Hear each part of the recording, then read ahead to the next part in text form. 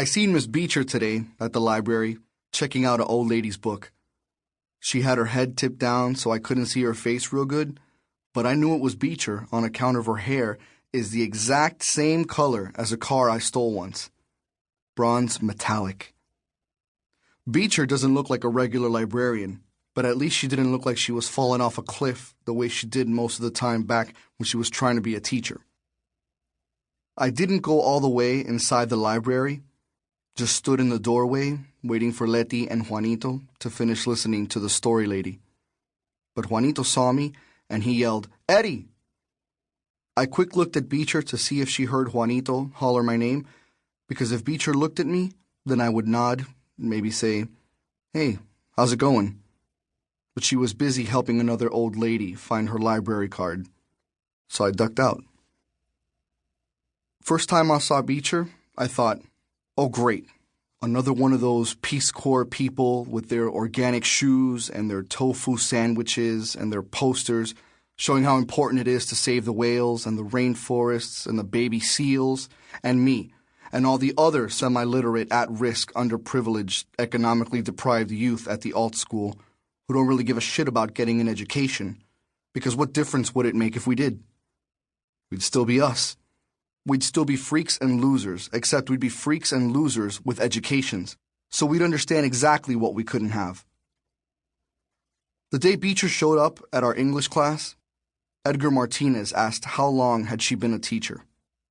We knew Beecher was virgin the second she started to answer the question, because the old teachers know better than to leave themselves open like that. Beecher told us she was going through a program for alternative certification because she didn't decide to become a teacher until after she already graduated college.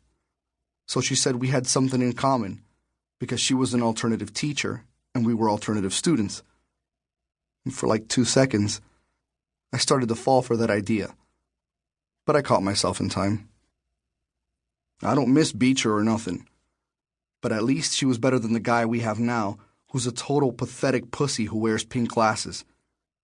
He thinks if he tells us 400 times a day that he went to Stanford University, then we'll appreciate what a big sacrifice he's making to be a teacher who gets paid crap and works in a place that looks worser than Juarez. He thinks we'll like him for devoting his life to helping disadvantaged kids become successful, productive members of society. But we mostly think he's a pinche dickhead. At least if he was driving around in a cool car with a hot stereo and a shiny rich girl in the jump seat, we could be jealous and hate him, and maybe we would jack him up and take his car. But now we hate him worser because he could have had all that stuff and he was too stupid to take it. So now nobody has it. If he really wanted to help kids who didn't have his advantages, he could have saved up his giant allowance and got his parents to buy him a real expensive car, and then he could have just came here and gave us the money and the car. He could have even sold lottery tickets. I bet a lot of kids would go to school if they might win $20 or a car just for showing up. But he blew it. How can you respect a teacher who wasn't even smart enough to figure that out? Beecher didn't try to pretend she didn't appreciate her nice, easy white girl life.